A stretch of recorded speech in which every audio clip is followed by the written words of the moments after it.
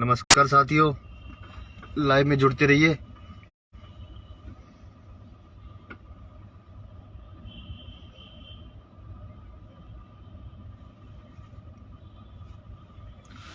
सभी साथियों से निवेदन है कि जो भी साथी इस लाइव को देख रहे हैं, लाइव को शेयर करते रहें, ताकि लाइव के माध्यम से जो बातें हम बताने जा रहे हैं उन पर कार्रवाई हो सके और सभी लोगों को पता चल सके कि डीटीसी के मेडिकल बोर्ड में कितनी बड़ी धांधलेबाजी हो रही है। तो साथियों से निवेदन है, जुड़ते रहें, लगातार शेयर करते रहें।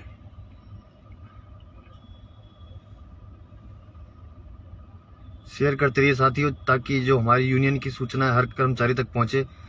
जो डीटीसी के अंदर नए युवक भर्ती हो रहे हैं उन्हीं के लिए ये जानकारी है जिसको हम लेके आए। लगातार यूनियन के संज्ञान में ये शिकायतें आ रही हैं।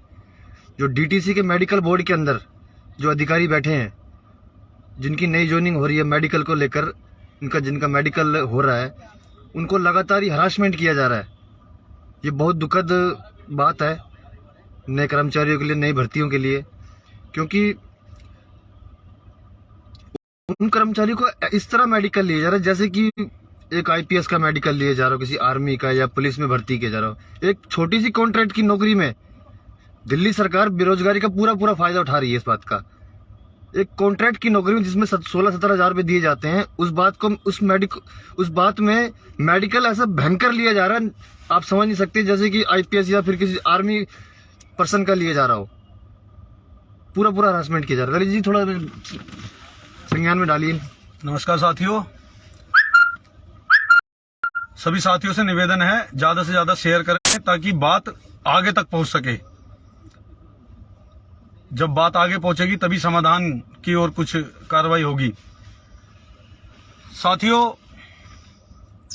जैसा यूनियन के संज्ञान में आया है और काफी समय से शिकायत मिल रही है, लेकिन पहले थोड़ी मिल रही थी, अब काफी बड़े लेवल पे मिल रही हैं कि जितने भी नए साथी कंडक्टर या ड्राइवर के पद के लिए जिन्होंने आवेदन किया है या जिनको डीटीसी की तरफ से बुलाया गया है, उनको मेडिकल के नाम पर इतना हरेसमेंट किया जा रहा है कि छोटी बातें, छोटी जो कमियां हैं, जैसे कि एक आर्मी में एक सिपाही की भर्ती में ली जाती है ना, उससे भी कड़ा मेडिकल डीटीसी में लिया जा रहा है कॉन्ट्रैक्ट की नौकरी के लिए। साथियों, कई साथी मिले जिन्होंने बताया कि धड़कन तेज है, जवान तुतला रही है, बीपी हाई है या बीपी लो है, पेशाब की जांच, आंखों की जांच, 6x6 का चश्मा बनवा के लाओ। चलो, चश्मे का समझ में आता है कि भाई 6x6 का चश्मा बनवा के लाओ, लेकिन ये कौन सा मापदंड अपनाया जा रहा है, इसके बारे में डीटीसी का कोई अधिकारी बोलने को तैयार नहीं है कि किस मापदंड के तहत ये मेडिकल लिया जा रहा है। और जो मेडिकल पहले, जो आप साथी जो भी डीटीसी में होंगे और अभी कार्यरत हैं, उनको भी पता होगा मेडिकल पहले किस लेवल पे हुआ था। एक दिन में मेडिकल क्लियर हो जाता था, आज मेडिकल में महीनों लग रहे हैं। और जहां तक अंदेशा है, जो मेडिकल ऑफिसर हैं, कोई मैडम है जो शायद आर्मी से या बीएसएफ से कहीं से आई हुई हैं, वो उसी लेवल का मेडिकल ले रही हैं। उनको डीटीसी ने कोई मापदंड, इसका डीटीसी का बताया नहीं है कि किस पोस्ट के लिए किस प्रकार का मेडिकल के स्टैंडर्ड होते हैं। ये फर्स्ट क्लास का मेडिकल ले रही हैं, जो एक आर्मी में एक सिपाही का लिया जाता है पूरी तरीके से। अब चलो, मेडिकल स्टैंडर्ड आप जो भी फॉलो कर रहे हैं, लेकिन उसके लिए आपके पास इक्विपमेंट नहीं है, आपके पास कोई सुविधा नहीं है, आप सारा जो काम है वो बाहर से करवाने के लिए भेज रही हैं, फिर अपनी जांच करती हैं। आप बाहर की जांच को मानती भी नहीं है, और आपके यहाँ से निकले हुए जिनको आपने मेडिकल अनफिट करके भेजा है, वो सरकारी हॉस्पिटलों से अपनी फिटनेस लेके आए हैं, आप उनको भी मानने को तैयार नहीं हो। तो किस प्रकार का मापदंड अपनाया जा रहा है, कृपया करके क्लियर बताएं। एक लिस्ट बाहर लगा दें कि ये बीमारियां या ये इस तरह की परेशानी आपके शरीर में है, तो उनको नहीं लिया जाएगा। जवान तुतलाने से गाड़ी चलाने का क्या मतलब है? धड़कन तेज होने से ये तो कभी भी तेज हो सकती है ना। आप इतना हरेसमेंट कर दोगे, उसकी धड़कन तो वैसे ही तेज हो जाएगी, उसका बीपी वैसे ही बढ़ जाएगा। और उसी बात को लेकर मैडम साहिबा री मेडिकल लिख देती हैं। अच्छा, री मेडिकल भी लिख रही हैं। और एक और बात संज्ञान में आई है कि ये जो डॉक्टर साहिबा हैं, जो मेडिकल सुपरिटेंडेंट बनाई हुई है या क्या पोस्ट दी हुई है इन्हें, ये मैनेजमेंट के भी किसी अधिकारी की बात को अनदेखा कर देती हैं कि नहीं, मेडिकल स्टैंडर्ड से मैं कॉम्प्रोमाइज नहीं करूंगी। तो किस प्रकार का मेडिकल लेना चाहती हैं मैडम जी, ये भी बता दीजिए। और डीटीसी के जो मैनेजमेंट के प्रबंधन के जो अधिकारी हैं, सीजीएम है, चेयरमैन साहब हैं, या इस बात को संज्ञान में लें अपनी कि मेडिकल किस बेस पे लिया जा रहा है और क्या प्रोसीजर है और क्या इसका मापदंड है। इसमें एक बहुत बड़े धांधले की बू आ रही है। धांधला कुछ इस प्रकार है कि एक तो लोग बेरोजगार हैं, इन बेरोजगारों पर 7-7 हजार रुपए का चश्मा बनवाने के लिए, मेडिकल जांच के लिए किसी प्राइवेट हॉस्पिटल में भेजा जाता है। उस प्राइवेट हॉस्पिटल का और इन मैडम साहिबा का क्या लिंक है, इसे भी क्लियर करा दीजिए।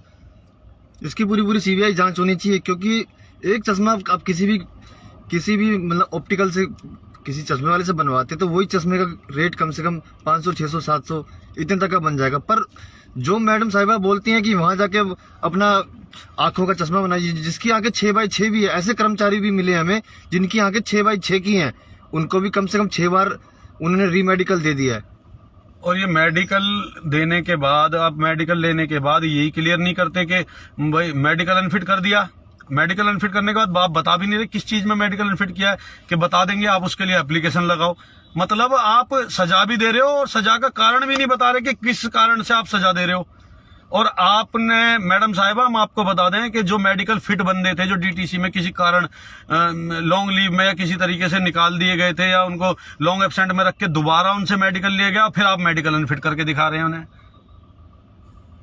बहुत धांधली चल रही है। देखो मैडम साहिबा, आपको इस वीडियो के माध्यम से बताना चाहते हैं, अगर आपको मेडिकल लेना है तो सारी जांच एक दिन में मंगवा लीजिए। क्या उनका परिवार नहीं है?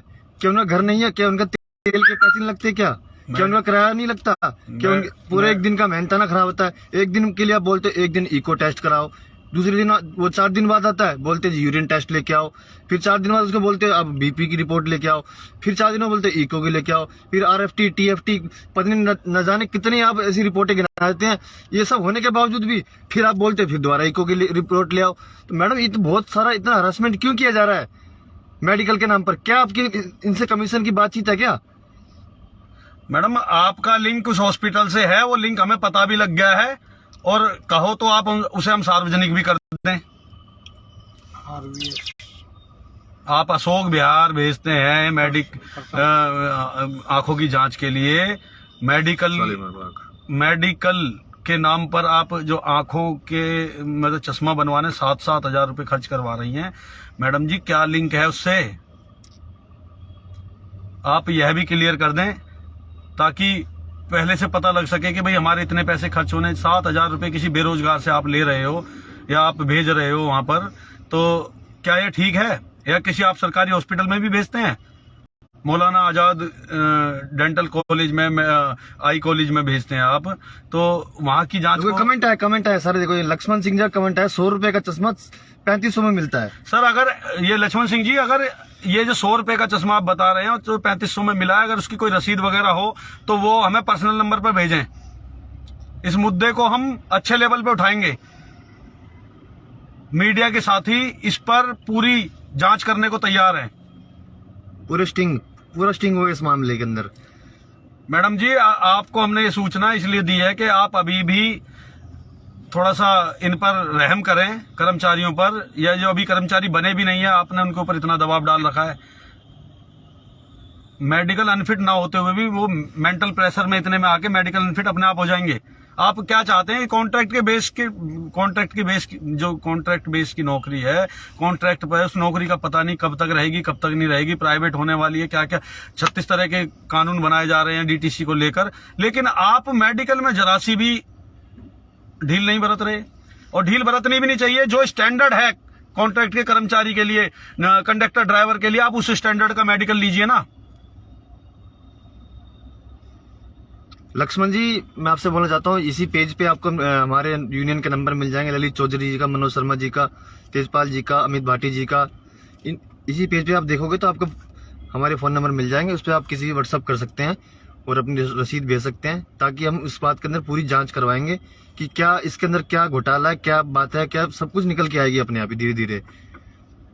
साथियों, इसमें करप्शन लग रहा है हमें पूरी तरीके से, और इस करप्शन की जांच हम अपने लेवल पे भी कर रहे हैं और हो सका तो सरकारी लेवल पे भी कराएंगे। अगर इसमें कोई कमी निकलती है तो मेडिकल बोर्ड के खिलाफ हम मोर्चा खोल देंगे बहुत जल्द ही, क्योंकि हमें लगातार शिकायत पे शिकायत आ रही है। आज ही 3 बंदे ऐसे आए हैं जिनको मेडिकल अनफिट कर दिया। मैं ये कहता हूं, उसे मेडिकल अनफिट करने पर उसको कारण भी नहीं बताया गया, ताकि वो उसकी जांच बाहर से करा ले। और इन मैडम की एक शिकायत और मिली है, जितनी भी ये रीमेडिकल के लिए बोलते हैं, कोई सरकारी हॉस्पिटल से करवा के लाता है तो उस जांच को देखने के बहाने ले लेती हैं और वापस नहीं देती, ताकि वो दोबारा जांच ना करा सके, क्योंकि सरकारी हॉस्पिटल एक बार करता दोबारा करता नहीं है। बिल्कुल, मुद्दा तो बहुत गर्म है, जांच का विषय है। बिल्कुल सर, ये बिल्कुल जांच का विषय है। लक्ष्मण सिंह जी, आप कह रहे हैं कि आपकी आंखें बिल्कुल सही हैं, बेवजह चश्मा बनवा दिया है। आंखें सही होने पर भी बोल रहे हैं कि दवाई लेनी पड़ेगी 500 रुपए की। सर, जबरदस्ती का सौदा है। अगर आपको ऐसा कुछ लिखित में दिया है तो आप हमें दीजिए, आपकी जांच हम करवाएंगे, और अगर आपकी आंखें सही पाई जाती हैं तो मैडम के खिलाफ मुकदमा भी हम करवाएंगे। बिल्कुल, इतना हरासमेंट करना ठीक नहीं है बिल्कुल। कर्मचारी के जो अभी बेचारे भर्ती होंगे, भर्ती हुए भी नहीं, इतना अपना पैसा खराब करके आप तक पहुंचते हैं मैडम। अरे आपको मानवता के नाम पे, मानवता के नाम पे कोई भी सरकारी फर्म अगर मेडिकल लेती है तो उनके पास अपना हॉस्पिटल, अपने डॉक्टर, अपने इक्विपमेंट होते हैं। बिल्कुल, आपके पास कुछ भी नहीं है, लेकिन आप हरासमेंट पूरे तरीके से कर रहे हैं। आपकी भी कुछ जिम्मेदारी बनती है। आपने इतने लोगों को मेडिकल अनफिट करके बाहर भेज दिया। एक तो उन पे रोजगार नहीं है, एक रोजगार के नाम पर भी ये क्या चल रहा है ये सबको पता है, लेकिन उम्मीद है उनकी कुछ के शायद डीटीसी में रोजगार सही हो जाए। लेकिन आप मतलब किस लेवल का मेडिकल लेना चाह रही हैं, हमें तो अब तक ये समझ में नहीं आया। या आप अब जो इसका स्टैंडर्ड है ना, उसको सार्वजनिक करें कि हमें इस स्टैंडर्ड के बंदे चाहिए। ये सही नहीं है, साथियों मेडिकल के नाम पे हरासमेंट। साथियों, वीडियो को शेयर करते हैं ताकि ये जानकारी सभी साथियों तक पहुंचे, हमारे मीडिया साथियों तक पहुंचे, मंत्रियों तक पहुंचे, उनको पता लगे कि डीटीसी के अंदर मेडिकल के नाम पर क्या चल रहा है।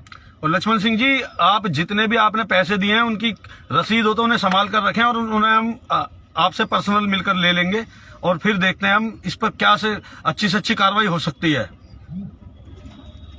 क्योंकि इसमें वो लोग भी नाजायज सताए जा रहे हैं जो बिल्कुल फिट है, उनको अनफिट करके बाहर भेज दिया। या तो यहाँ भी करप्शन हो सकता है कि उसे फिर मेडिकल फिट करने के नाम पर जाने उसके एवज में क्या किया जाए। देखो, धांधली तो है ही है 100%। इस बात का तो पूरा चैलेंज है कि जब किसी एक व्यक्ति की आंखें 6x6 की हैं, उसको बोला जाता कि आप अपनी आंखें चेक कराइए और चश्मा बना के लेके आइए और वहीं से लेके आइए। लक्ष्मण सिंह जी, आप प्लीज हमसे संपर्क करें, और अगर आपको नहीं मिल पा रहा है तो आप नंबर नोट करें 9582180001। एक बार दोबारा दोहराता हूँ, 9582180001। ये तेजपाल जी का कमेंट्स आया, देखना। मैडम जांच के लिए शालीमार बाग RVS हॉस्पिटल भेजती हैं, क्योंकि यह हॉस्पिटल मैडम के पति का है। पति का कहीं ना कहीं इसमें लिंक है, ऐसा हमें काफी सुनाई दिया है। अब हमारे संज्ञान में आ गया है तो इस पर पूरी कार्रवाई हम करेंगे। आशु त्यागी जी का कमेंट है, कोई भी मेडिकल बोर्ड की डॉक्टर विनोद कुमारी के खिलाफ शिकायत नहीं करता है। मंत्री गहलोत जी और दिल्ली सरकार के खिलाफ आज दिल्ली परिवहन विभाग के सभी लोग हो रहे हैं। बिल्कुल सही बात है जी। अगर कोई शिकायत नहीं करता, शिकायत अब यूनियन करेगी। अब यूनियन को इस बारे में पता लगा है, पता काफी दिन पहले से लग रहा था, लेकिन हम सोचे कि शायद मेडिकल अनफिट ही होते होंगे। भाई डॉक्टर हैं, हम तो बता नहीं सकते, देख के तो बता नहीं सकते, जांच के बाद ही पता लगेगा। लेकिन जांचें भी बाहर से, सब कुछ बाहर से, फैसला आपका। जब अगर बाहर से आप जांच करा रही हैं तो फिर उस रिपोर्ट को मानिए ना। बिल्कुल, आप उस रिपोर्ट को भी नहीं मानती, जांच बाहर से कराते हैं फिर भी रिपोर्ट को नहीं मानते। तो मैडम जी, कहीं ना कहीं आपके खिलाफ अगर कोई शिकायत सही साबित होती है तो मैडम जी आपको नहीं बख्शा जाएगा। आपके खिलाफ हम कोर्ट जाएंगे, लेबर कोर्ट जाएंगे, और जो भी बन पड़ेगा वो यूनियन कार्रवाई करेगी। धन्यवाद साथियों, वीडियो को ज्यादा से ज्यादा शेयर करते रहें ताकि ये जानकारी सभी उन पीड़ित कर्मचारियों तक पहुंचे जिनको मेडिकल में बेवजह अनफिट किया गया है। धन्यवाद साथियों, जय हिंद, जय भारत।